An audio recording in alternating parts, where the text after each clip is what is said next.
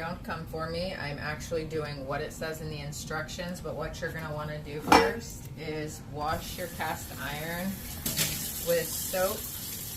Just fine when you first get it.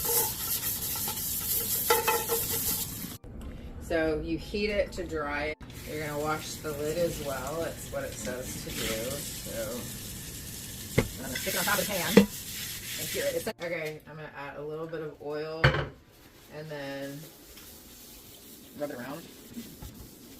It came pre-seasoned, so ta-da! I'm gonna cook some bacon. Wood, because it's cast iron as well. Right, you want to treat the whole thing. Just go on there.